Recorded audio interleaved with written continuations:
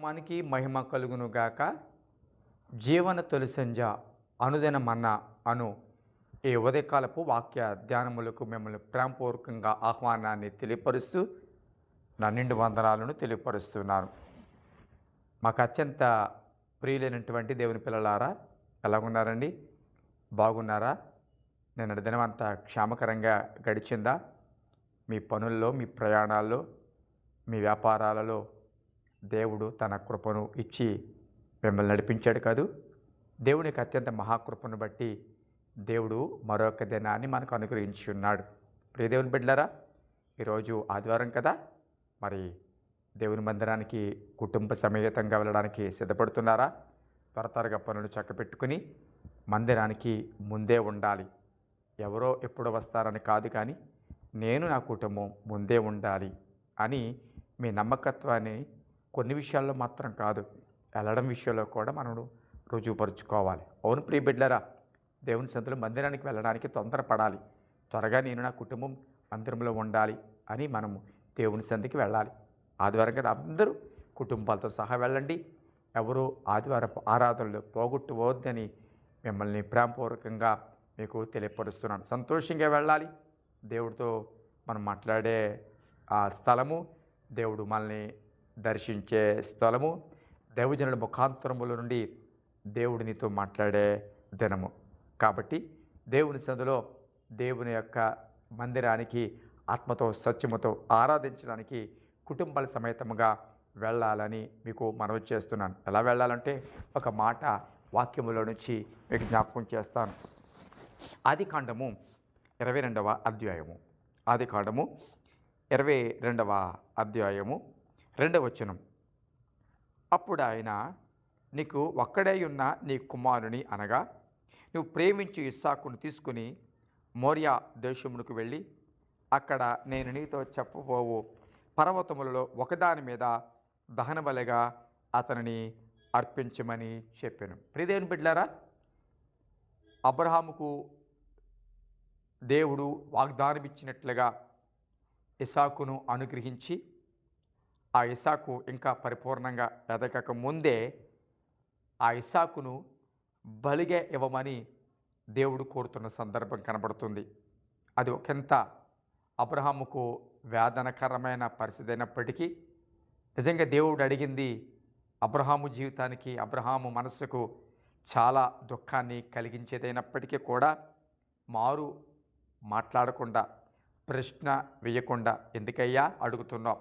నువ్వు ఇచ్చేవు కదా, ఈ బహుమానం కోసమే కదయ్యా దాదాపుగా 25 సంవత్సరాలు నేను ఎదురు చూచాను.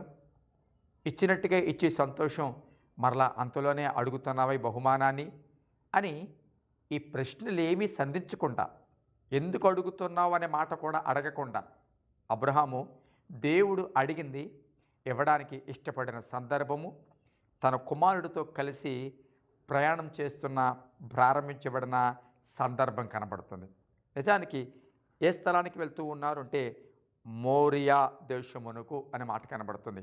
ప్రియదేవుని బిడ్డలారా, ఆ దేశానికి వెళుతున్న క్రమంలో ఇస్సాకును తీసుకుని వెళ్తూ ఉన్నారు. నిజంగా వెళ్ళేటప్పుడు అబ్రహాము హృదయంలో ఎన్ని ప్రశ్నలు కదా, అబ్రహాము హృదయంలో ఎంత వేదన ఉంటుందో కదా, ఎంతో కన్నీళ్ళు ఉంటాయి కదా. ఏంటి ప్రభువా, మళ్ళీ దేవుడు నన్ను అడుగుతున్నాడు, అయ్యా నీ ఉద్దేశం ఏమిటి, నీ ఆలోచనలు ఏంటి? అడగలేదు కానీ దేవుణ్ణి సహజంగా లోపల ఈ ఆలోచనలు ఉండమంటారా? ఖచ్చితంగా లోపల మనసులో వస్తాయి.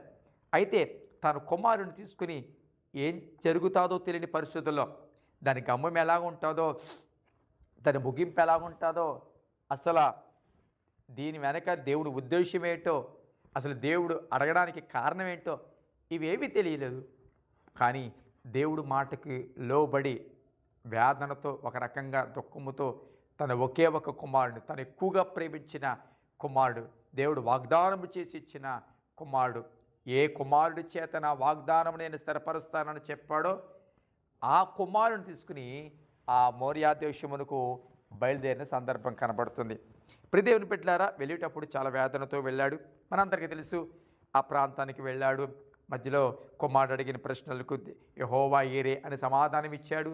అంతా కట్టిన తర్వాత దహన బలిపీఠాన్ని అంతా సిద్ధపరిచిన తర్వాత తన కుమారుడిని ఆ బలిపీఠం మీద ఎక్కించి మరి బలి ఇవ్వక ముందు అబ్రహాం అనే స్వరం చేత ఆ దేవుడు అబ్రహాముని ఆపినట్లుగా అక్కడ ఉన్న ఆ గొర్రె పిల్లలు పొదలో చిక్కుకున్న గొర్రె పిల్లను చూచి ఆ గొర్రె పిల్లను తీసుకొచ్చి అర్పణ అంగీకరించినట్లుగా లేకపోతే అర్పణ చేసినట్లుగా ఇవన్నీ కూడా మనం చూస్తున్నాం. ఎందుకు ఈ మాటలు చెప్తున్నానంటే మోరియా దేశమునికి వెళ్ళినప్పుడు వేదనతో దుఃఖముతో దాని యొక్క ముగింపేంటో అసలు వచ్చేటప్పుడు తను ఒక్కడే వస్తాడో లేకపోతే ఏంటో ఆ విశ్వాసముతోనే వెళ్ళాడు, విశ్వాసముతోనే మాట్లాడాడు, నిజంగా విశ్వాసముతోనే సమర్పణ ఇవ్వడం ప్రారంభించాడు. కానీ ఒక మాట చెప్తాను, దుఃఖంతో వేదనతో వెళ్ళిన అబ్రహాము సంతోషంతో తిరిగి వచ్చాడండి. అవును, దేవుడి సన్నిధిలో సంతోషంతో తన కుమారుడికి బలి ఇవ్వలేదు. కుమారుడికి బదులు దేవుడు మరొక ఆ దహన బలిని అక్కడ ఏర్పాటు చేశాడు. అవును ప్రియ బిడ్డలారా, వేదనతో వెళ్ళిన అబ్రహాము, ప్రశ్నార్థకంగా ఏం జరుగుతుందో తెలియని పరిస్థితుల్లో వెళ్ళిన అబ్రహాము తిరిగి సంతోషంతో వెళ్ళాడు.